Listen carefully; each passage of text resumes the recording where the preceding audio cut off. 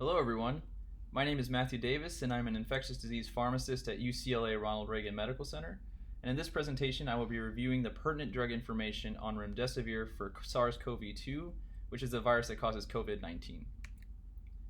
Mechanistically, Remdesivir interferes with viral RNA-dependent RNA polymerase, leading to premature termination of the viral RNA transcript. Phase 3 clinical trials are ongoing for its use in the treatment of COVID-19. It is formulated as intravenous use only, and for dosing in adults, there's a 200 milligram load on day 1, followed by 100 milligrams daily thereafter for a duration of 5 to 10 days depending on the trial. The dosing used for pediatrics and compassionate use is 5 mg per kg load with a max of 200 milligrams on day 1, followed by 2.5 mg per kg daily thereafter with a max of 100 milligrams. Examining the molecular structure of Remdesivir, it is a monophosphoramidate 1-cyano-C-adenosine nucleoside analog, and I'd like to highlight a few key points about the structure-activity relationship. First, let's take a look at the monophosphoramidate group. So here are 3 examples of a C-adenosine analog with various 5' carbon substitutions circled for you. On the left, we have the hydroxylated form, which, in order to be activated, requires phosphorylation by intracellular kinases. And there are issues with competition with the endogenous nucleoside pools. Unfortunately, these adenosine analogs must compete with endogenous nucleosides, and this is a rate-limiting step for activity. In the middle, we see the monophosphate form, which circumvents the need for this initial phosphorylation, but this phosphate group is negatively charged, which impacts its ability to traverse cellular membranes. The phosphoramidate moiety on Remdesivir mitigates both of these concerns. First, the substitution is neutrally charged, so there's no impact on membrane permeability. Additionally, once intracellular, the molecule is cleaved by esterases and converted to the monophosphate form, which circumvents the rate-limiting initial phosphorylation. Next, I'd like to focus on the 1' cyano group.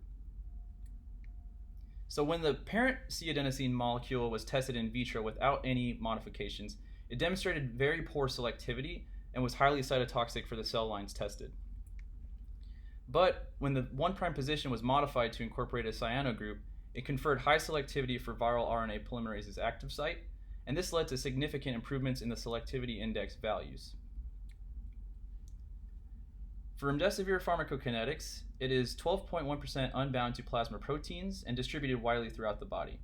For metabolism, the phosphoramidate prodrug is cleaved by esterases and carboxypeptidases intracellularly. It is eliminated partially through both renal and biliary excretion. And then, although there are no recommended dose adjustments for renal or hepatic dysfunction, the current trials all have exclusion criteria based on eGFR or creatinine clearance cutoffs. A few key points on Remdesivir pharmacokinetic parameters. The prodrug, that is the phosphoramidate compound, is rapidly converted to the nucleoside metabolite, which peaks at around 3 to 4 hours in the body. This metabolite has a relatively long half-life of about 20 to 24 hours, which supports the use of once-daily dosing. For safety information, Remdesivir has been relatively well tolerated in multiple dose phase 1 clinical trials. The most notable adverse event reported is transaminitis, with an onset ranging from 5 to 25 days and resolution occurring 3 to 47 days thereafter. This has led to the development of transaminase-based exclusion criteria for ongoing clinical trials.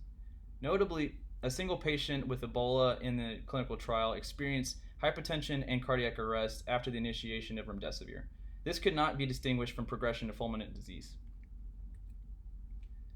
Remdesivir does include cyclodextrin solubilizing agent with either 9 grams or 4.5 grams per 150 milligram of Remdesivir, and this depends on the formulation that you receive.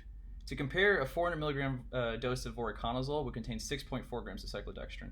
However, the clinical significance of cyclodextrin in humans is still up for debate.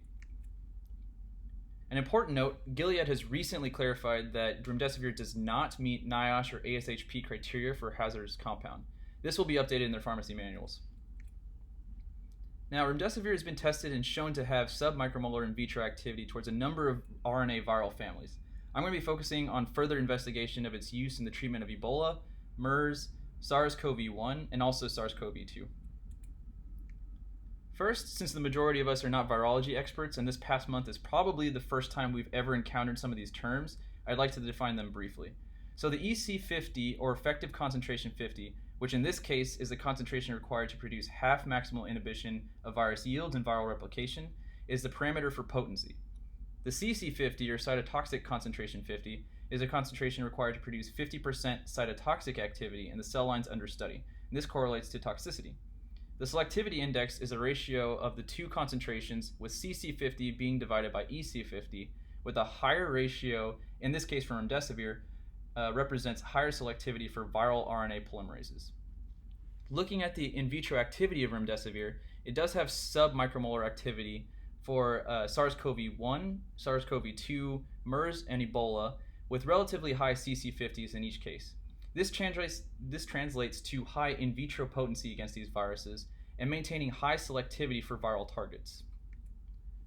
This is compared to other agents being explored for SARS-CoV-2, like the nucleoside analogs ribavirin, penciclovir, and favipiravir, which all have relatively high EC50s. I've also included hydroxychloroquine and chloroquine family, which, like remdesivir, demonstrate high in vitro potency. So why do the other nucleoside analogs have seemingly poor in vitro potency? Well, during the RNA transcription for coronaviruses, there's a proofreading process that is facilitated by an exoribonuclease enzyme. For nucleoside analogs, this translates to being removed from the RNA transcript, leading to decreased activity. However, it appears that remdesivir is able to circumvent this mechanism of resistance, potentially through either evading the exonuclease activity or through conferring a high fitness cost in mutant strains. So let's take a look at animal data. For SARS-CoV-1 in a murine model, prophylactic remdesivir achieved significant reductions in viral loads, prevented decline in pulmonary function, reduced pathologic changes including intraalveolar edema from diffuse alveolar damage, and also improved survival compared to vehicle-treated controls. Similarly, in a MERS murine model, and also in rhesus macaques, prophylactic remdesivir conferred significant reduction in viral titers, improvement in clinical scores, reduction in observed lung pathology, and significantly improved survival in the murine model. The macaques were euthanized at a pre-specified endpoint, so survival effects could not be determined. For treatment of SARS-CoV-1, remdesivir showed reduction in viral titers, improved clinical and pathologic criteria, but survival benefit was only observed with initiation on day 1 of illness and not on day 2, and this highlights the potential importance of early initiation of therapy.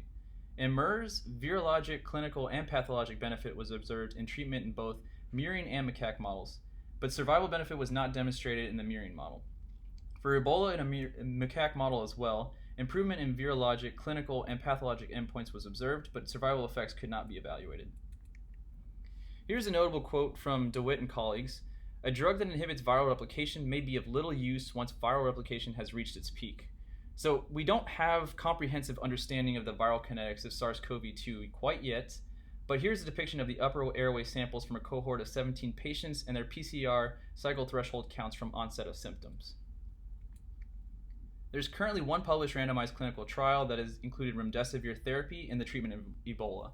This was a 4-arm study divided equally amongst arms and stratified by PCR cycle threshold count at baseline, which is a surrogate marker for viral inoculum.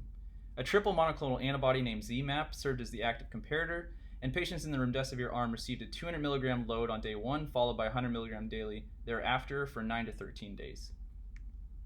A few key points from the study.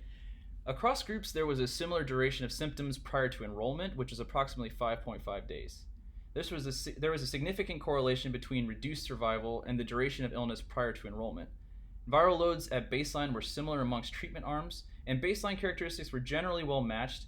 There was numerically higher serum creatinine and LFT values in the ZMAP and remdesivir arms, which could potentially signal that these patients were sicker at baseline because they were already demonstrating end organ effects of the disease. In an interim analysis, the decision was made to halt the ZMAP and remdesivir arms due to a clear signal of increased mortality, which you can see in the survival curve on the right. So the results of this trial beg several questions for remdesivir's efficacy. First, was the treatment initiated too late?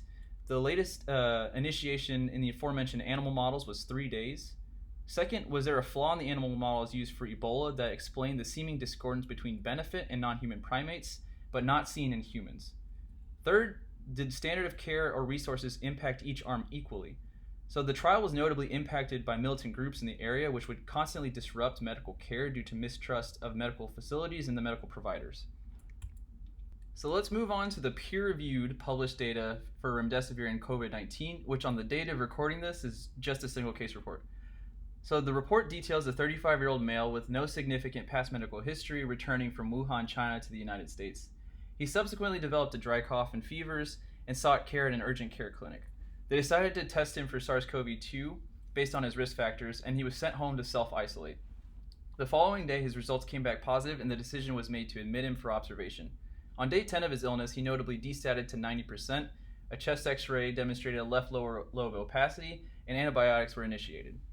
The following day, repeat chest x-ray showed streaky opacities concerning for atypical pneumonia. He had a new oxygen requirement. His SARS-CoV-2 repeat PCR result remained positive, and the decision was made to initiate compassionate use Remdesivir based on reports of rapid deterioration. The following morning, there was noted improvement in his clinical status, but we can't really gather too much from this single case report because the improvement in his clinical status was far too rapid to be attributed to Remdesivir therapy. So in summation, the current data on Remdesivir used for COVID-19 is insufficient to draw definitive conclusions, and clinical trials are ongoing.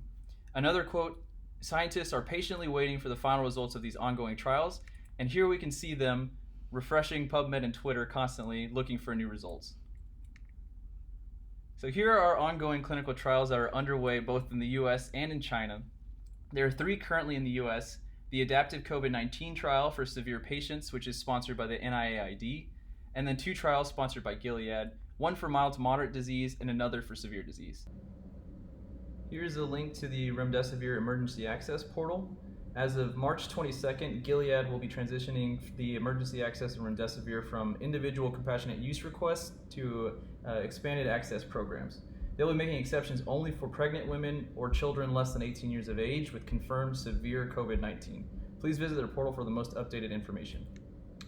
Here are my references, and thank you very much for watching to the end. Please feel free to reach out to me via email for any questions you might have.